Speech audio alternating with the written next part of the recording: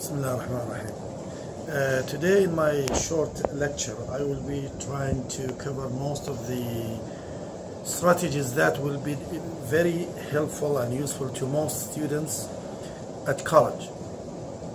I believe one of the most challenging questions that they usually face students at our colleges is the part of a speech. When to use the noun, the verb, the adjective and the adverbs, and some strategies that can help us in reducing the number of distractors or minimizing the number of distractors while solving the fill in the blank, matching questions and others. Briefly, I'm going to go through that. You know, when we say part of a speech, we are talking about the nouns, the verbs, the adjectives and the adverbs. And I will tackle each one separately, and hopefully you'll get most of it, and it will be very useful in your own studies or colleges where you study. To start with, I will start with the noun. The noun, when we use the noun comes at the beginning of the sentence and it is followed by a verb. If I have a noun in a sentence and there is a blank after a noun, it should be another noun. There is no way that an adjective will follow a noun.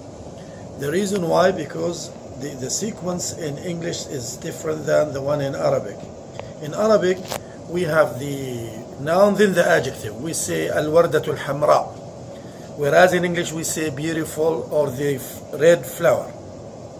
So in English, if you have a blank and then you have a noun, you need to have an adjective before the noun. But if you have a noun, then another blank, you need another noun. That is if it's in the middle or at the end. If it's at the beginning, of course, after the noun, you need a verb. Now, another thing we need to know about the nouns, when you have an article a or the or an, you know that a and an are singular nouns. So if I have a, then a blank, then I need to look for a singular noun. If I have an, the same thing. The difference between an a and an is the vowel. Now, in your exam, probably you will have a/an. So you have to choose between a singular or a plural noun.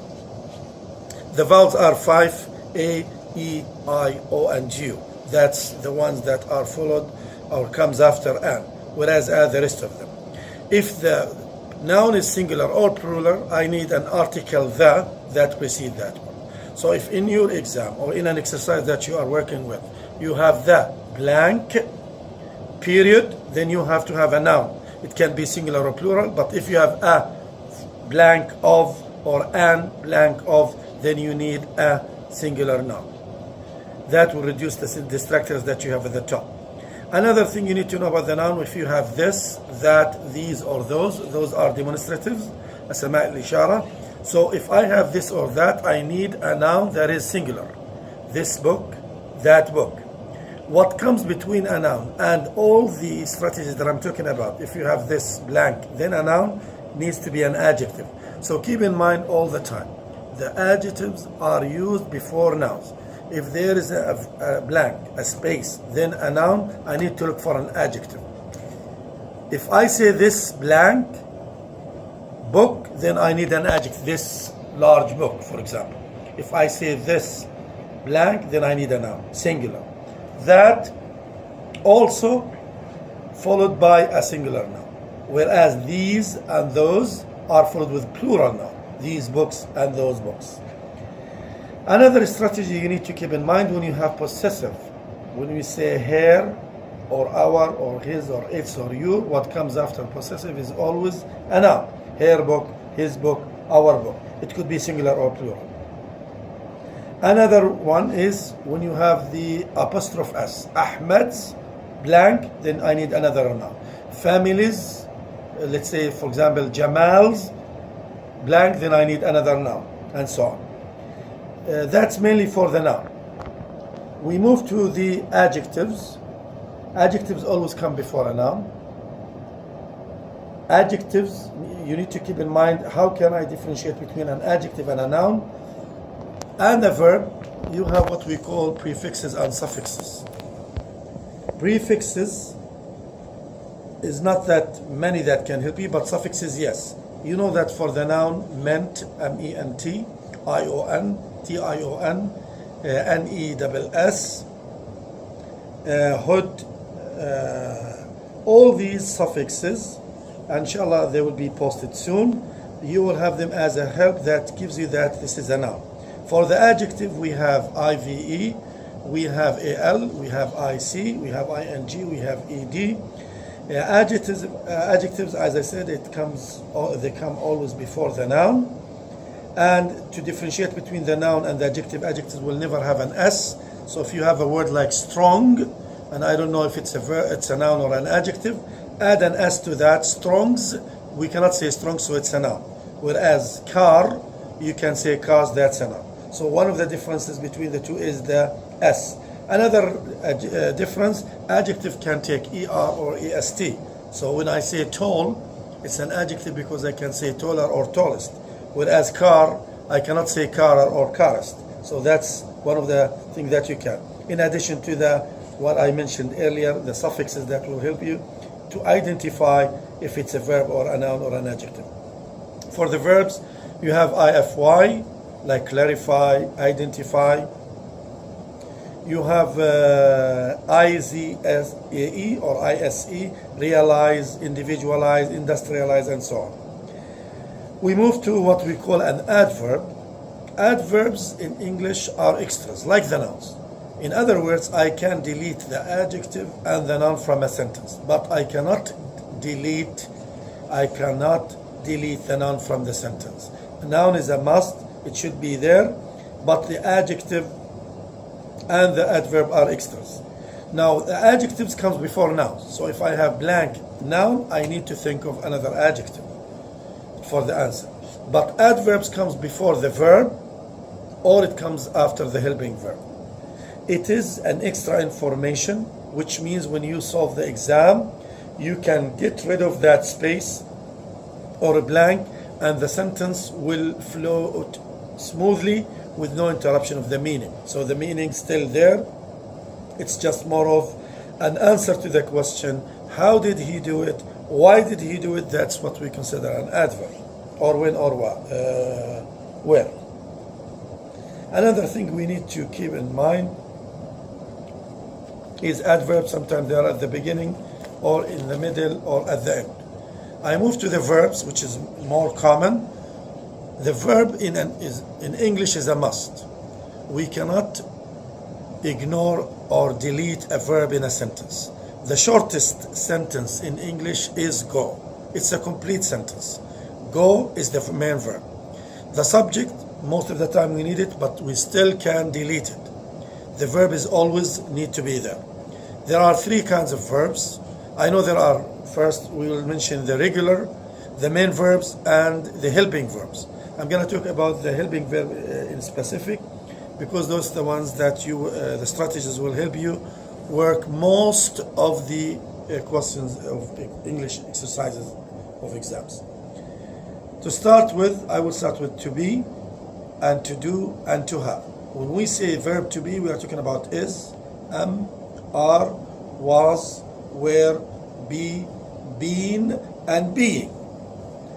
What comes after all these is either verb 3, past participle, or an adjective. There are exceptions. You might say, well, I can have a verb with an ing, is writing. Fair enough. In most exams, you will not have the verb with an ing, you will have an adjective, or you will have a verb 3. So if I have an exam or an exercise and I have are blank, or is blank, was blank, were blank, be, been, being, I should go for verb 3, see if the meaning is correct. If not, I'll go to the adjective. Most of the exercises will be worked using the two, by verb 3 or verb adjective. Another thing you need to keep in mind, after to, always we have verb 1. So if I say he wanted to smile, to study, to eat. So the verb to, what comes after verb 2 is verb 1, which is the main or the basic form of a verb. No ed, no ing, no s's. Another kind of a helping verb is has, have, and had. And the three are helping verbs. What comes after has and have and had, always verb 3. Except if we are talking about has and have and had as a possessive main verb, like he has a car, or they have a car.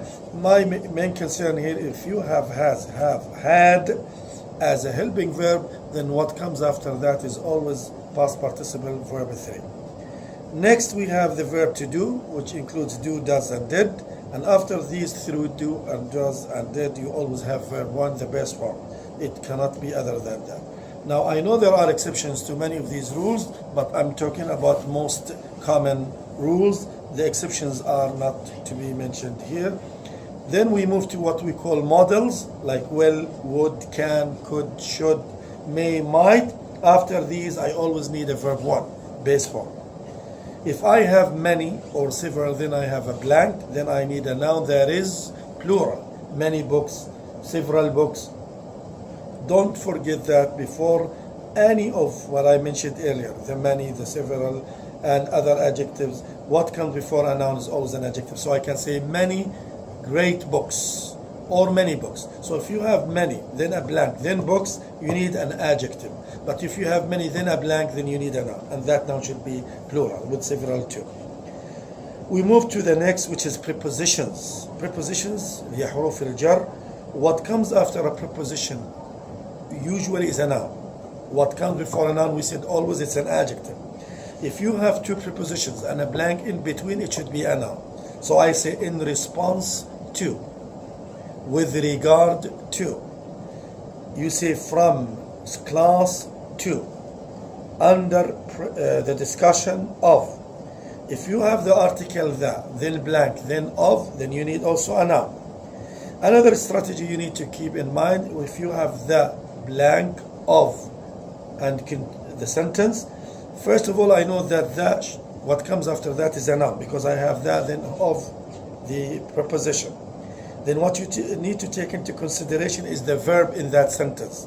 If I say the of students is, then I need the singular noun. If it's are, then I need the plural noun. So these probably are most of the ones that I believe they will be very helpful. The last thing is the clauses. If you have a sentence that is complex, which means you have that clause, which clause, when, what clause, who clause, keep in mind you have to have a verb before and after. And that verb needs to be in parallel. So if I have verb 1 before, I need a verb 1 in after. If I have verb 2, I need verb 2 after, and so on.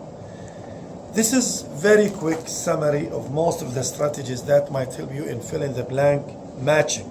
Now in matching, you know that you have nouns, verbs, adjective, and you need to match them together.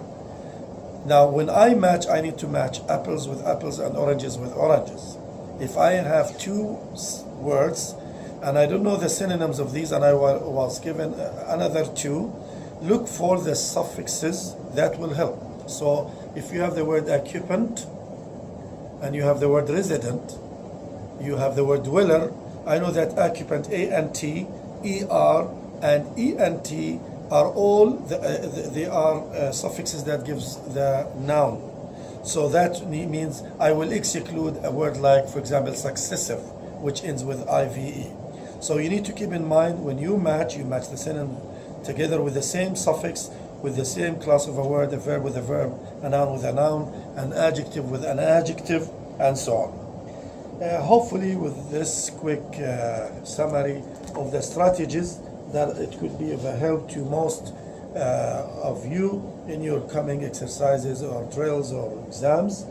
I try my best to do it as fast as I can, and if we have time, we might elaborate more in the future. My name is Samir Saddouk. I'm teaching at this university, King Saud bin Abdulaziz, for health science for 9 years now. I've been teaching for 9 years. And I believe these strategies that I gave you in short were of a great help to many students in all campuses. And they've been used in not only in reading class, in writing class, and in listening class. It reduces, it minimizes the distractors because, sorry, usually in your exams or exercises, you have more than one class of a word, more than one part of a speech. So you don't have all nouns and you have to choose from them.